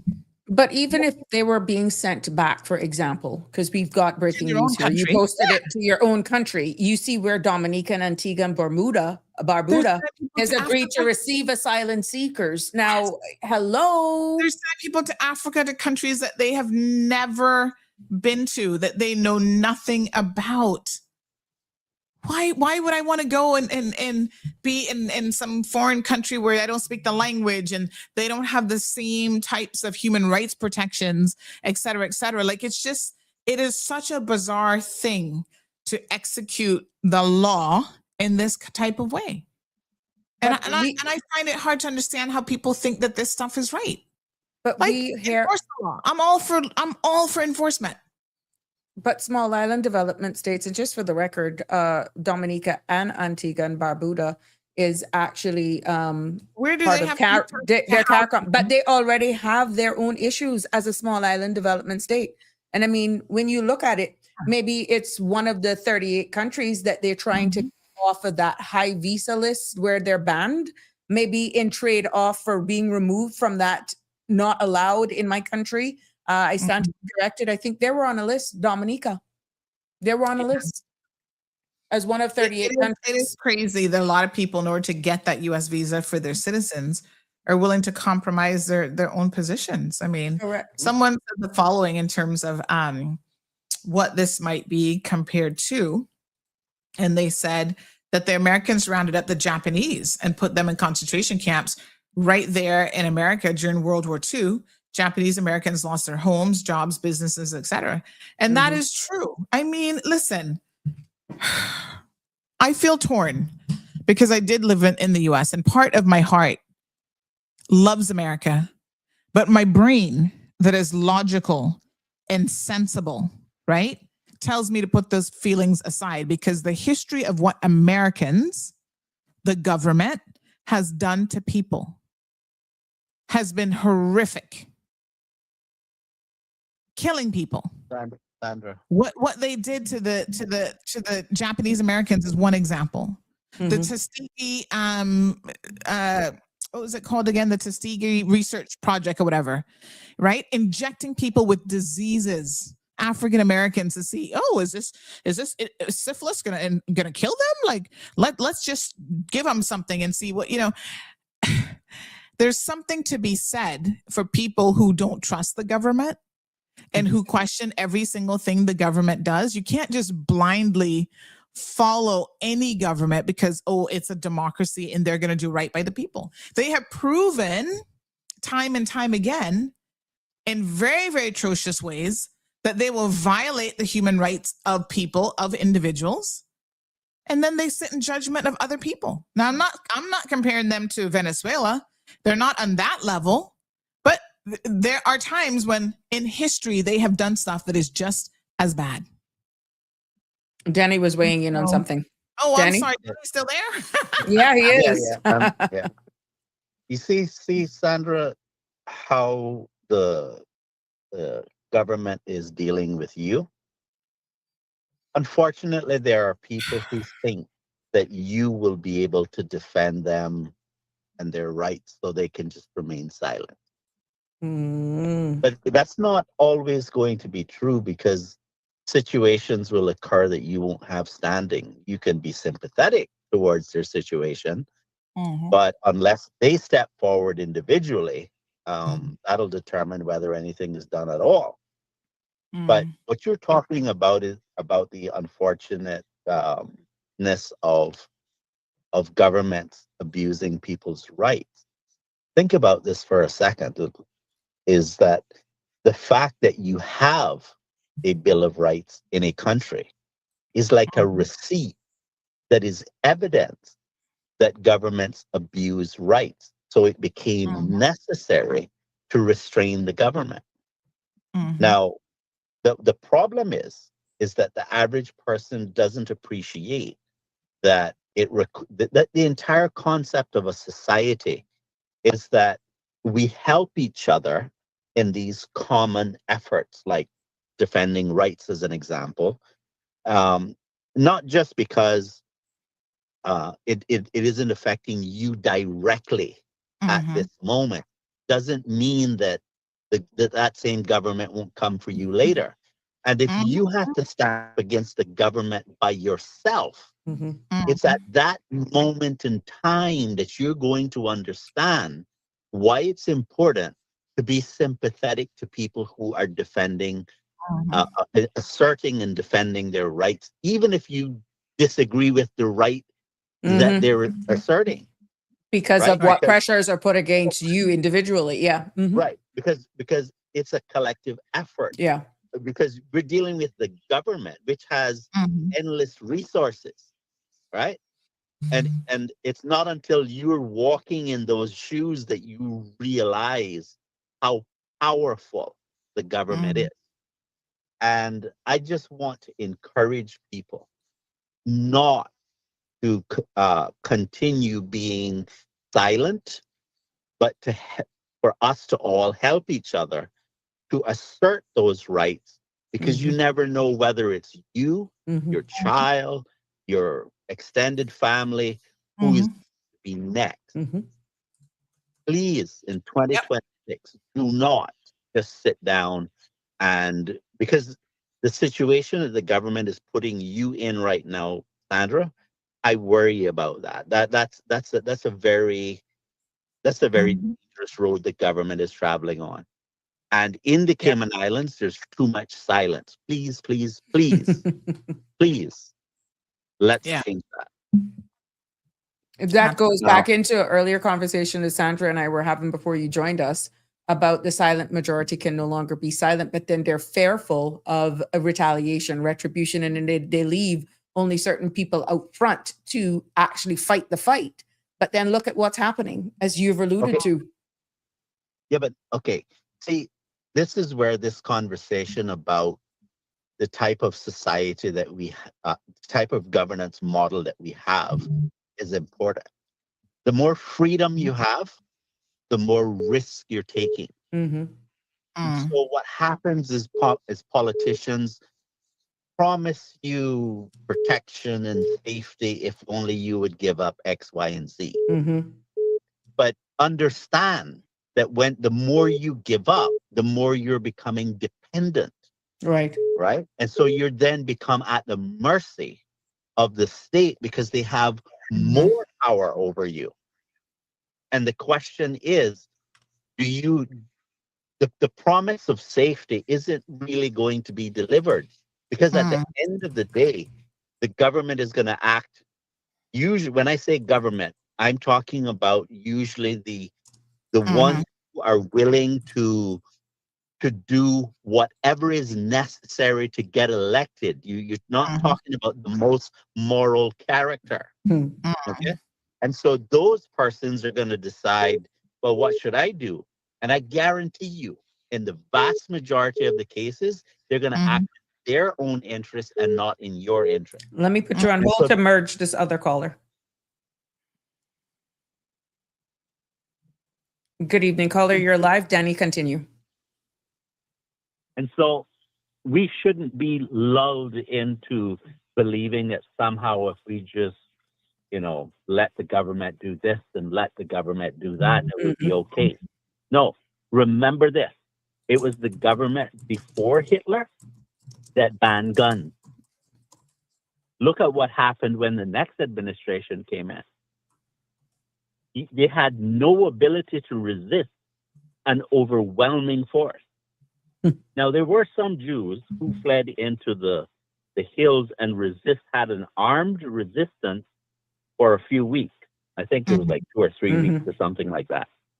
But that, having a few is no resistance. Yeah. And I know you might think, well, that's not going to happen to us. Well, that's what every victim says. It's not going to happen to me. We'll leave us there because we're winding down. We got another caller on hold. All right, take care. Thank you so much. Good evening, caller. You're live on Sabrina Speaks. What's on your mind? Good evening, Auntie Sabrina. Hey, how are you? I'm okay. Is Sandra there with you still or no? Yes, you got a bundle today. We got to pay her for overtime. So we got Yeah, she scooped in. I had technical issues, and she just kept it going for me. Well, I just wanted to say, in terms of kind of piggybacking off of what Denny was just talking about, what people need to remember is that it's the institutions that help us to preserve the decency within a democratic society, right? And they need our help as well. And you have to make them yours by acting on their behalf, because institutions don't just protect themselves. All right? So choose an institution you care about. In this case, we have our platform, our beloved platform, Cayman Marg Road, and take its side. You don't have to agree with everything Sandra says, but the fact that there's a platform offering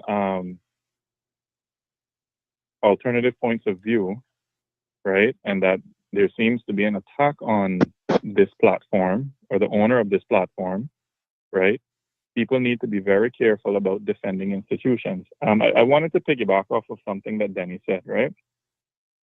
We tend to assume that the institutions are going to automatically maintain themselves against even the most direct attacks. And I don't know if Denny said it already because I'm kind of late to class, so apologies, teacher, for being late to class. But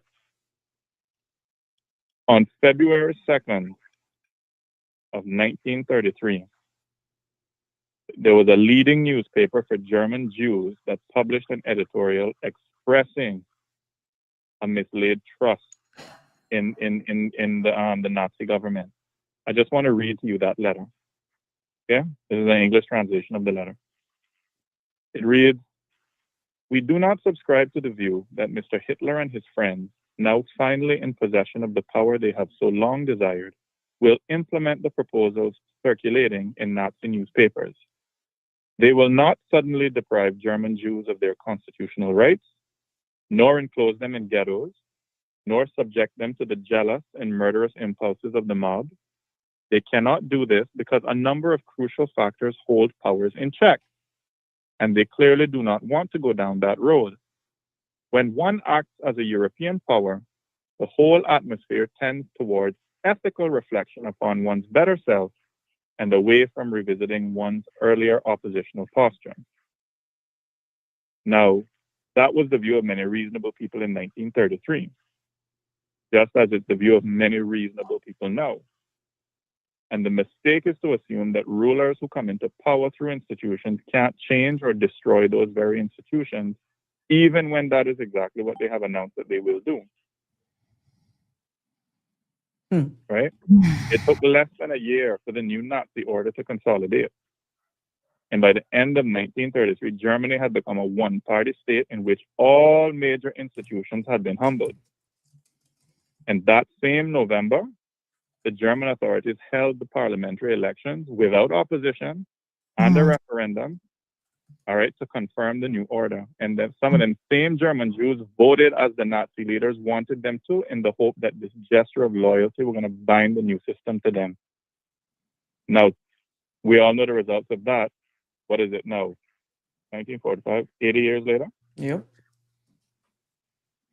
Right? So it's important that, you know, in order to, one of the lessons from the 20th century is that we defend our institutions, not the personalities. It's not about Sandra. It's not about, you know, whatever position, whoever sits in the seat. It's about the fact that this is a platform that has spoken up to so many people in this country and so many people in not only in this country, in the region, right? And I think people need to this is the time when people need to get behind and not sit on their fingers and say, oh, you know, Sandra will deal with it, or this person will deal with it, or, you know, well, we got freedom of speech in this country. They're not going to do anything. They're not going to do nothing. No. Now is the time to make your voices heard, and you need to embody that defense in everything you say and do when you're interacting with people. Thank you for that feedback, caller. Very inspiring, and hopefully the people will take that call, that heed. Good night. Good night, my dear. Yeah, I mean, history, you know, I think what happens a lot of times is, number one, none of us were, me, you, that caller, we were not alive during World War II. We don't understand how the rise to power happened with the Nazis. And so we have to educate ourselves. We have to be students of history in order to never forget these lessons. And that's one of the interesting things about the Trump administration that a lot of people have really refused to admit, is that he has gone about trying to rewrite history, tear down everything from statues to stuff at the Smithsonian Institute and so on, to reconfigure the narrative. Like, oh, there wasn't really any slavery. Oh, you know, the Nazis were not that bad, or that didn't really happen. And so even with the rewriting of history, that alone is done strategically, because then it's easier to fool people. People, at least you forget. We just had Remembrance Day not that long ago. And people forget why millions of people have fought wars, civil wars, you know, World War I, World War II. If they forget what America at one time stood for in terms of the principles, where will we be left? You know, the saying that if you don't know where you've come from, how do you know where you're going? Correct. Someone shared in relation to the police commissioner running over that guy, they said he ran him over. I was there personally. It was on New Year's Day. It was Diamonds International armed robbery, and it was 5 ships in town.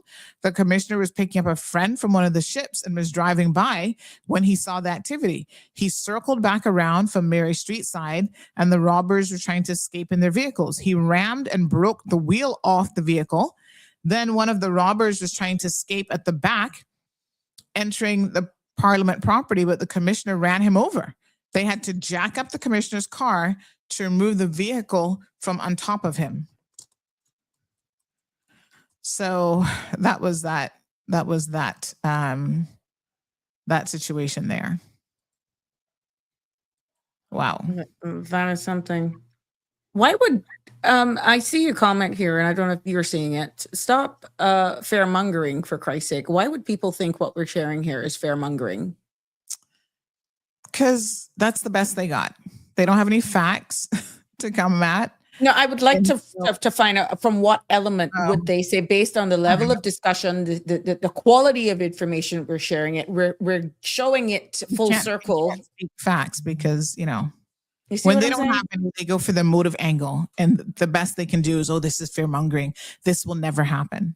I'm sure people pre-World War II said that would never happen too. Yeah. Yeah. I don't get where it's fair mongering. We're sharing it. We're trying to be as balanced as we can. And that's what it's all about. But it's not fair mongering. If you're nervous, maybe they're scared, Sandra. Maybe they're scared. Why it's coming across that way. Yeah. I mean, I don't know. I don't know what they're afraid of because, again, freedom of speech. Oh. All of the negative speech that's out there, that's not fear mongering. When people get up and say, we're going to kill people, we're just going to kill them. We're just going to kill them. I don't see these people saying, oh my God, well, why would anybody say that? Denny's calling back. I'm going to remind you, just give me 1 second here. I'm going to pull up this clip from President Clinton. What's his name? President Trump. Are declaring war against these cartels, and Congress is likely to approve of that process. Why not just ask for a declaration of war? Well, I don't think we're going to necessarily ask for a declaration of war. I think we're just going to kill people that are bringing drugs into our country. Okay? We're going to kill them. They're going to be like dead. Okay? Yeah, you just kill people without any due process. That's okay. That's not fear mongering. That's okay. And then you're going to be dead. Yeah. They're just going to be dead. I mean, the question is, why not ask for declaration of war? He never answered the question. He didn't say why. He just said, we're not going to do it. We'll just kill him. Well, and then he answered it in his way. I mean, like we say, let them. When they tell you something, let them believe them, what they're saying. Mm-hmm. Denny called back. Hey, Denny. Hey. I would imagine that in a scenario where a person is highly biased towards a government, describe these kind of comments about what governments do as fear-mongering because it's advantageous to them. Mm-hmm. But it could be that the person is just ignorant of how governments actually behave, but I find that one hard to understand because, like I just said a few moments ago, the fact that we have a Bill of Rights that would need to tell the government not to interfere with a person's freedoms, obviously something had to happen in order for them to go to the trouble of creating that type of legislation, right? Because governments usually respond to events. And I would imagine that that if nothing had happened, they could say, well, you don't think that's a stretch that we need to do that in light of the fact that nothing like that has ever happened before? That person really, I would suggest that they take the time to look at human rights and why they exist, and stop with that kind of response. Because just saying this, you see, Sandra, you said it good. You said that's all they have, right? When someone cannot respond to the issue that's being discussed, they usually resort to a personal attack. Yes. Mm-hmm. That's not helpful. That's not good communication. It doesn't resolve issues. All it does is make you continue to believe that you're right, so you don't actually need to engage in conversation with such ignorant people making these comments, not considering that you yourself may learn something. See from a different perspective.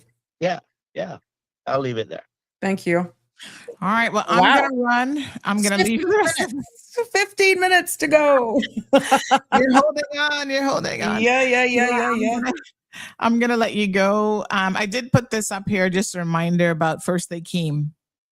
This is always a good reminder of what happens when you sit back and you say nothing. First, they came for the socialists, and I did not speak out because I was not a socialist. Then they came for the trade unionists, and I did not speak out because I was not a trade unionist. Then they came for the Jews, and I did not speak out because I was not a Jew. Then they came for me, and there was no one left to speak for me. Yep. Wow. That's I'm gonna end on that note. I'm gonna turn it back over to the proper host tonight. And by the way, I made note of how fancy you have gotten with all of your backdrops and stuff. I took it off because I was showing a picture, but look at you. Oh yeah, I'm just doing the AI generation on the StreamYard platform. Gosh. It allows you to put in what you want, and you can do it. It's an AI. It's a tab there. You can create that yourself. Oh yeah, I've never used that creation option. Yeah, I have a thing with water, so of course it's calming for me. Island girl. So I did it, and I kept saying redo, and this is what I want, and this is the feeling that I want, and bang, I felt it.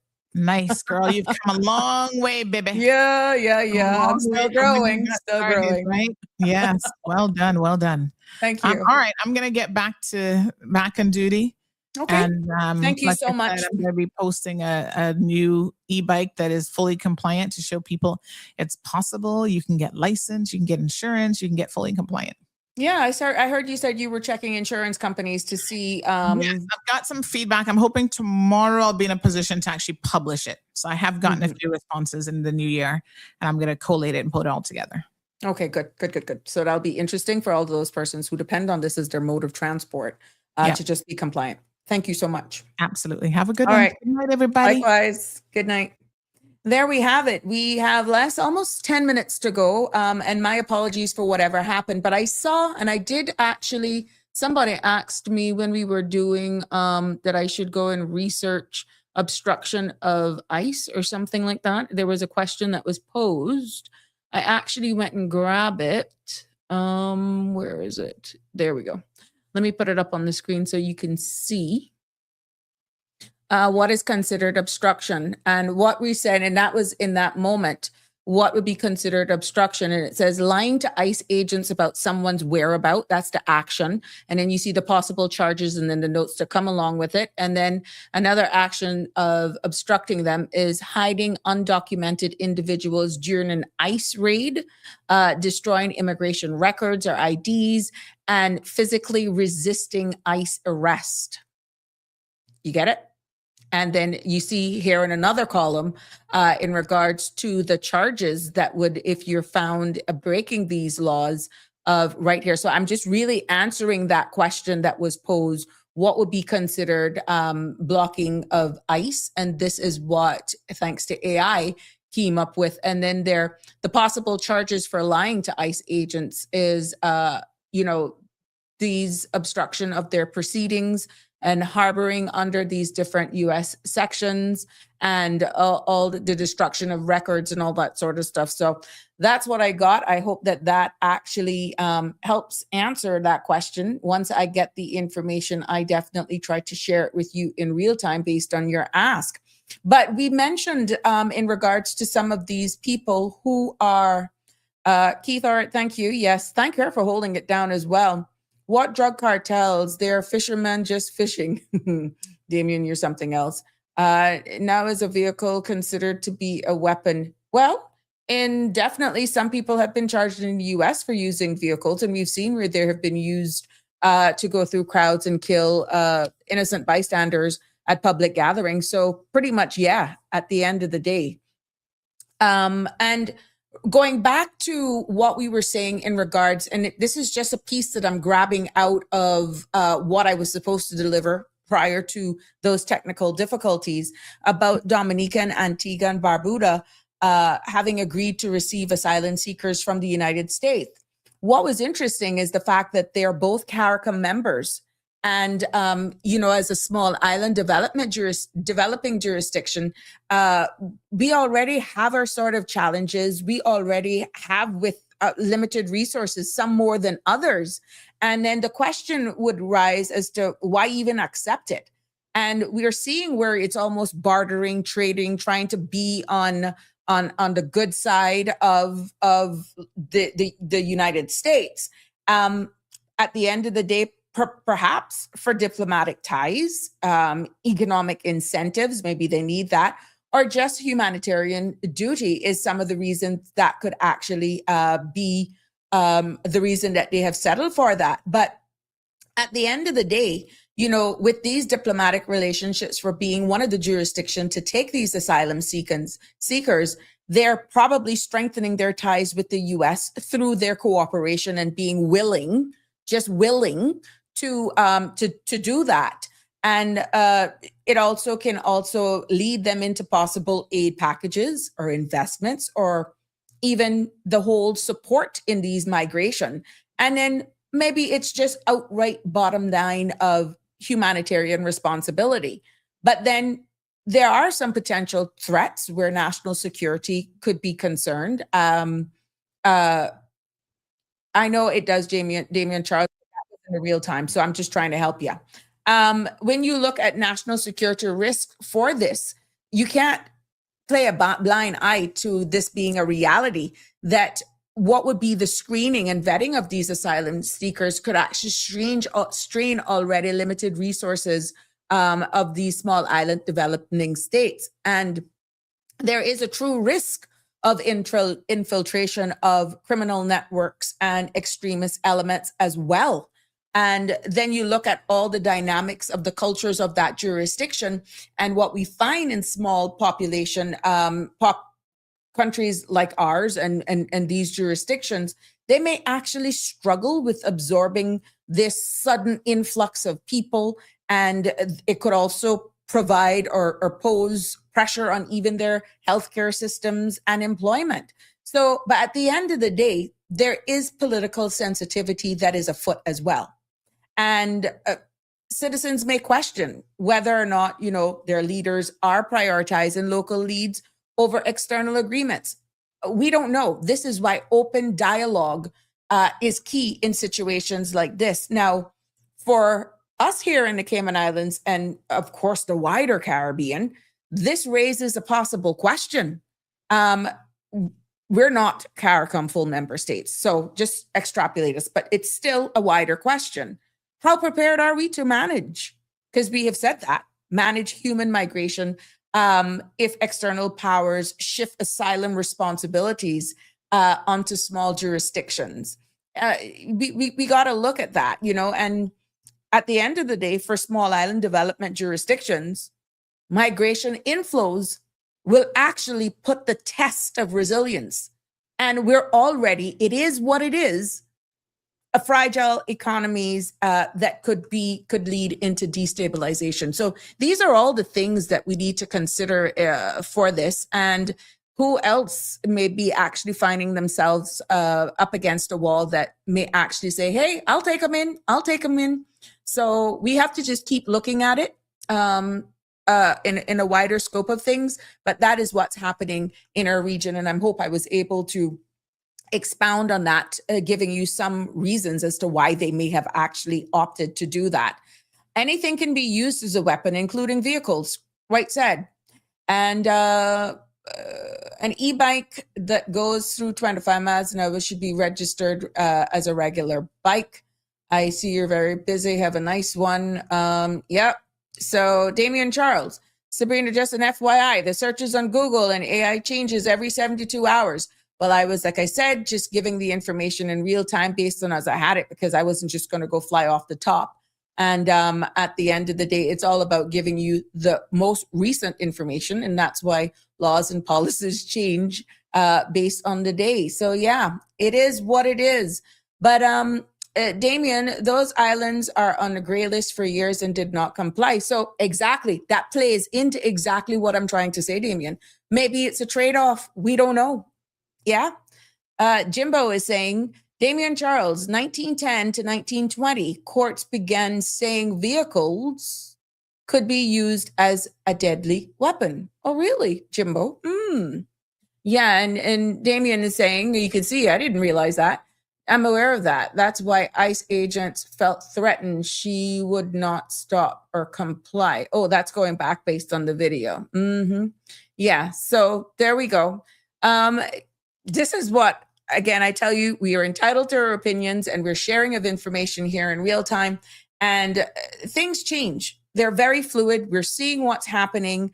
We're seeing what's happening regionally and around the world. And the mere fact that it's evoking emotions of what we're seeing displayed, not only locally, but also around the world. We're seeing the comments. And yes, I do read comments on a lot of the posts to get a sense of exactly what people are feeling. And it should say then that everybody, especially in the Western Hemisphere, is wide awake. Now, I know I didn't get into the full, I would say, meat and potatoes of what I wanted to deliver, because we're hearing a lot about these terms of NATO. We're hearing, but what if China was the ruler? We're in the Western Hemisphere. We're seeing Russia taking up precedence and all this sort of stuff, or taking up space and all that sort of stuff. Who would you prefer to be ruled by if it was a real stronghold player in the Western Hemisphere? I wanted to break that down for you and just break down the Monroe Doctrine and compare it to then versus what we're feeling now. And I feel I will actually, in a consolidated format, bring that to you tomorrow, because I think it's that important that we understand exactly what's afoot, what's happening, and to keep us informed of really everything that's going on. Now, of course, in real time, we had that video. We saw what happened there with ICE that can change the trajectory of the conversations. And we've seen the comments that you've had here in the Cayman Islands, where law enforcement officers executing their duties obviously felt that they're at risk. And we saw where one commenter said that a police officer was charged for shooting someone in the hand to avoid another person getting stabbed. So again, at the end of the day, it all depends on the cultures, the laws that governs a jurisdiction. But what we're seeing when Denny actually makes the comments about remaining silent, the Bill of Rights, your constitutional rights and all that sort of stuff, and it plays into speaking and the importance of speaking out. The more we remain silent, the more diluted it would appear.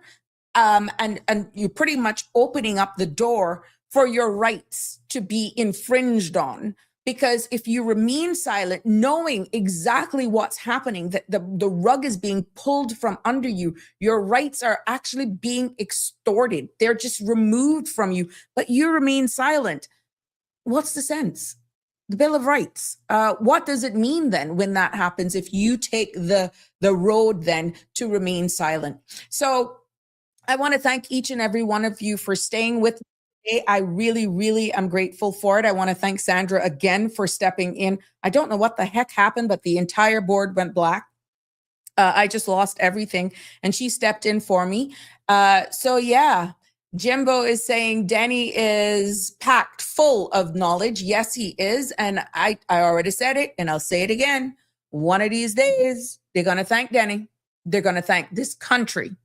It's him and so much more that has contributed to this space and have been speaking out loudly about some of the things that I feel just like Bojangles failed, just like Taco Bell failed. It's like he's ahead of their time.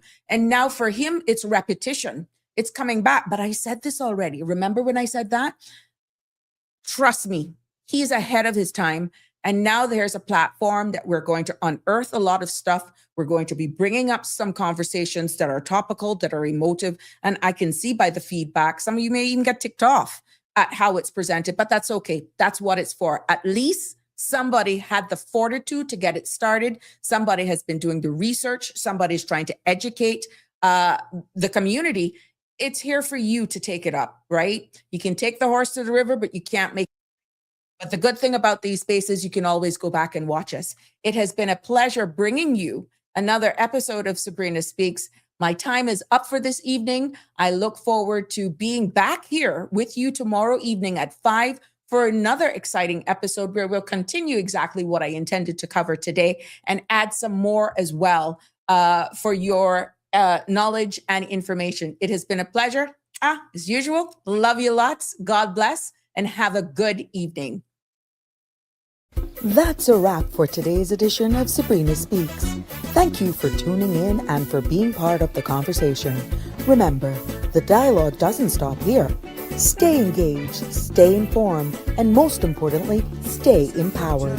We'll be back tomorrow at 5 p.m., same time, same place, right here on CMR TV and radio, where your voice matters and your truth is heard. Until then, Cayman, take care of yourself and each other. That's it for today's edition of Sabrina Speaks, where your voice matters, your story counts, and your truth is always welcome. Join us weekdays from 5 until 6:30 p.m. right here on CMR TV as we dive into the topics that matter most to you. Catch the show live or on demand at cmrtv.com. And don't forget to follow us on Facebook, YouTube, and Instagram so you never miss a moment. Until next time, stay informed, stay engaged, and always speak your truth.